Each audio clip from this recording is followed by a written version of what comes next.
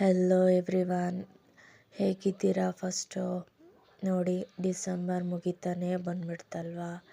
ನನಗೆ ಒಂದು ಸ್ವಲ್ಪ ಹುಷಾರಿರಲಿಲ್ಲ, ಹಾಗಾಗಿ ಯಾವುದೇ ಥರದ್ದು ವೀಡಿಯೋಸು ಹಾಕ್ತಾ ಇರಲಿಲ್ಲ.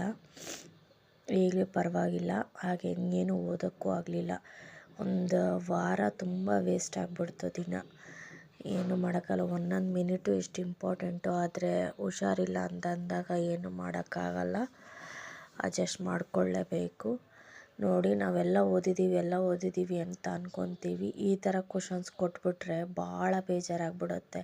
ಯಾಕೆ ಅಂದರೆ ಅಷ್ಟು ಕಾನ್ಸೆಪ್ಟ್ಸು ನೆನ್ಪಿಟ್ಕೊಳೋಕ್ಕೆ ಆಗೋದಿಲ್ಲ. ಇಂಪಾರ್ಟೆಂಟ್ ಏನೋ ನೆನ್ಪಿಟ್ಕೊಂಡಿರ್ತೀವಿ. ಈ ಥರ ನೋಡಿ, ಇಷ್ಟು ಸಾಲ್ವ್ ಮಾಡಿದ್ರೆ ಒಂದೇ ಒಂದು ಮಾರ್ಕ್ಸ್ ಬರುತ್ತೆ ಅಂತ ಸಿಚುವೇಶನ್ ಬಂದಾಗ ಎಷ್ಟು ಹೊಟ್ಟೆ ಉರಿದ್ಬಿಡತ್ತಲ್ವ. ನೋಡಿ, ಈ ಥರ ಕ್ವಶನ್ ಪೇಪರ್ಸಲ್ಲಿ ಈ ಥರ ಕ್ವಶನ್ಸ್ನ ಅಟೆಂಡ್ ಮಾಡೋದು ಪ್ರಾಕ್ಟೀಸ್ ಮಾಡಿಕೊಳ್ಳೇಬೇಕು. ಸೊ ಆದಷ್ಟು ಜಾಸ್ತಿ ಟಾಪಿಕ್ಸ್ನ ಕವರ್ ಮಾಡೋದು ಕಡೆ ಗಮನ ಕೊಡಿ. ಬೇಸಿಕಲಿ ಈ ಥರ ಕ್ವಶನ್ಸ್ ಕನ್ಫ್ಯೂಷನ್ ಕ್ರಿಯೇಟ್ ಮಾಡಿರುತ್ತೆ. ಹಾಗಾಗಿ ಈ ಥರ ಕ್ವಶನ್ಸ್ ಬರೀ 1 ಮಾರ್ಕ್ಸಿಗೆ ಸಿಗ್ತಾ ಹೋಗುತ್ತೆ. ಅದು ಒಂದು ಬೇಜಾರಿನ ಸಂಗತಿ. ಈ ಥರದ್ದು ಒಂದು 3-4 ಕೊಟ್ಬಿಟ್ರೆ ಅಲ್ಲೇ ಟೈಮ್ ವೇಸ್ಟ್ ಆಗಿಬಿಡುತ್ತೆ. ಒಂದು ಟೈಮ್ ಕವರೇಜು, ಇನ್ನೊಂದು ಕನ್ಫ್ಯೂಷನ್ನು, ಹಾಗೆಯೇ ತುಂಬ ಕಾನ್ಸೆಪ್ಟ್ಸು ಒಂದೇ ಕ್ವಶನಲ್ಲೇ ಬರ್ತಿರೋದ್ರಿಂದ ಕನ್ಫ್ಯೂಷನ್ಸು ಸ್ಟಾರ್ಟ್ ಆಗುತ್ತೆ.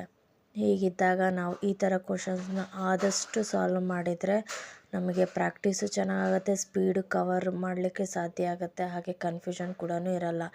ಈ ಥರದ್ದು ನಾವು ಯಾಕೆ ಕನ್ಫ್ಯೂಷನ್ ಮಾಡ್ಕೊಳ್ಬಾರ್ದು ಅಂತಂದರೆ, ನಮಗೆ ಫುಲ್ ಕಾನ್ಸೆಪ್ಟು ಡೀಪಾಗಿ ಅರ್ಥ ಆದರೆ ಮಾತ್ರ ಈ ಥರ ಒಂದು ಕ್ವಶನ್ಸಿಗೆ ಸಾಲ್ವ್ ಮಾಡೋಕ್ಕೆ ಸಾಧ್ಯ ಆಗುತ್ತೆ.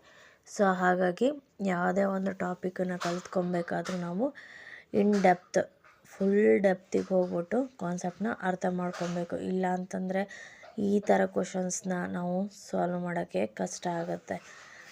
ಈ ವಿಡಿಯೋ ನಿಮಗೆ ಇಷ್ಟ ಆಗಿದೆ ಅಂತ ಅಂದ್ಕೊತೀನಿ. ಮತ್ತೊಂದು ವಿಡಿಯೋದಲ್ಲಿ ಸಿಗೋಣ. Thanks for watching. ಬಾಯ್.